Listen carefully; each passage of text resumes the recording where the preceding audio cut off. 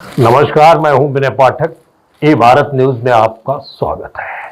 आइए देखते हैं मुंबई की विशेष खबर जो वर्तमान समय की सुर्खियां बनी हुई है। प्रसाद लाड की अगुवाई में श्रमिक उत्कर्ष सभा की जंग महाराष्ट्र की राजनीति को एक नए युग की शुरुआत का प्रतीक है। इस बार श्रमिकों के अधिकारों के लिए लड़ने का संकल्प प्रसाद लाड द्वारा लिया गया है। प्रसाद लाड श्रमिकों को एकजुट होकर अपने अधिकारों के लिए लड़ने का आह्वान कर रहे हैं। उन्होंने कहा कि श्रमिकों के हितों की रक्षा करना उनकी प्राथमिकता है और वे इसके लिए किसी हद तक जाने को तैयार हैं। श्रमिक उत्कर्ष सभा में जुड़े श्रमिक संगठनों ने अपने अधिकारों के लिए लड़ने का भी संकल्प लिया है। उन्होंने प्रसाद लाड की अगुवाई में विश्वास व्यक्त किया है और उनके साथ मिलकर श्रमिकों के हितों की रक्षा करने का निर्णय लिया है। श्रमिकों ने अपने अधिकारों के लिए लड़ने का दावा और वायदा करने वाले प्रसाद लाड के लिए एकजुट होने का महत्व को समझा है। उन्होंने प्रसाद लाड के नेतृत्व में अपने अधिकारों के लिए लड़ने का संकल्प लिया और जिस तरह से उनके अंदर एकजुटता देखी जा रही है, 18 अगस्त को चुनाव है, फैसला हो जाएगा कि किस दिए में जान है। लेकिन ये तय है कि प्रसाद लाड की अगुवाई में श्रमिक उत्कर्ष सभा यदि बाजी मारती है तो भारतीय जनता पार्टी के आमदार प्रसाद लाड की अगुवाई में श्रमिक उत्कर्ष सभा के द्वारा श्रमिकों की आवाज़ बुलंद होती रहेगी, समस्याओं का समाधान निकलता रहेगा और शायद लोग अच्छी तरह से समझ गए हैं कि जो नेता सड़कों पर उतरकर लोगों के घरों तक पहुंच सकता है, उनसे संवाद कर सकता है, तो निश्चित ही श्रमिकों का भला होने वाला है। इसलिए लोग एकत्रित हो चुके हैं। उनके वायदे और दावों को लोग अच्छी तरह समझते हैं कि भारतीय जनता पार्टी के नेता प्रसाद लाड जो कहते हैं वह करते हैं। उनकी कथनी और करनी में कोई अंतर नहीं है और शायद इसीलिए पार्टी ने उन पर भरोसा कर इस चुनाव को जिताने की जिम्मेदारी दी है। श्रमिक के अधिकारों के लिए लड़ना प्रसाद लाड जानते हैं। उनके हकों के लिए संघर्ष करने का जज्बा उनके अंदर है। इसलिए प्रसाद लाड के जनसंवाद में काफ़ी भीड़ श्रमिकों की उमड़ती नज़र आती है।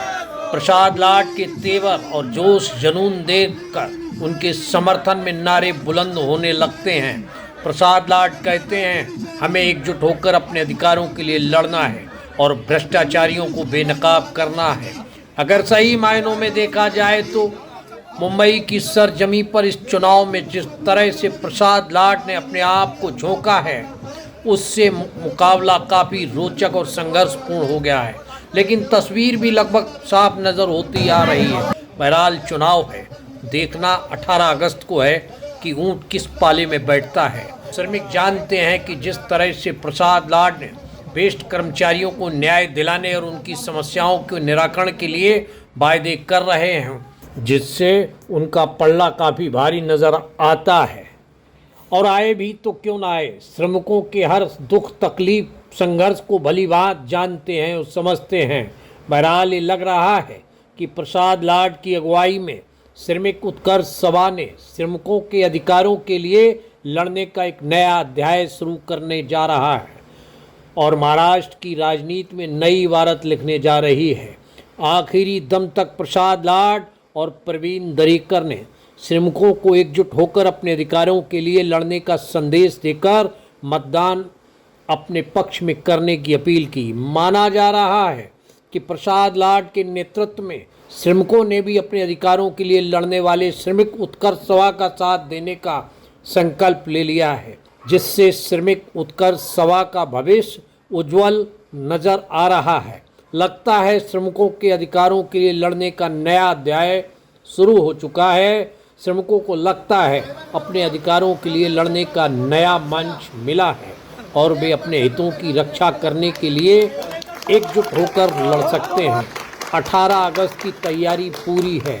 देखना यह है कि मतदान के बाद परिणाम क्या आता है। समय और भविष्य के गर्भ में छुपा है। लोकांच्या प्रमोशनच्या त्रुटी सोडवल्या, बीएसटी कामगाराच्या मुलाला बीएसटीत नोकरी मिळाली पाहिजे ही माझी अट आहे.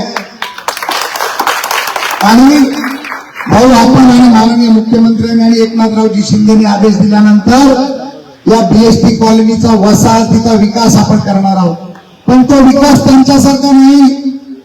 जसा माहीमचा डेपो विकला, दिंडोशीचा डेपो विकला, कुर्ल्याचा डेपो विकला, आपण विकणार नाही भाऊ.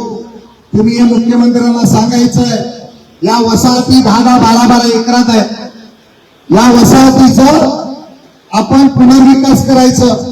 उरलेली जागा भाडे तत्वावर द्यायची आणि त्या जागेतून येणाऱ्या पैशामध्ये या वसाहतीची डागडुगी व्यवस्थापन आणि बीएसटीचं नुकसान भरून काढायचं. भाऊने एक रिपोर्ट तयार केला.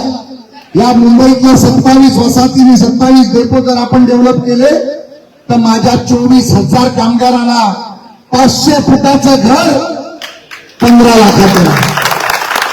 आणि 15 लाख देखील कामगारांनी नाही भरायचे, ते भरणार प्रवीण दरेकरांची बँक म्हणजे मुंबई बँक. आणि तुम्ही जे निवडून देणार ती पतपेढी.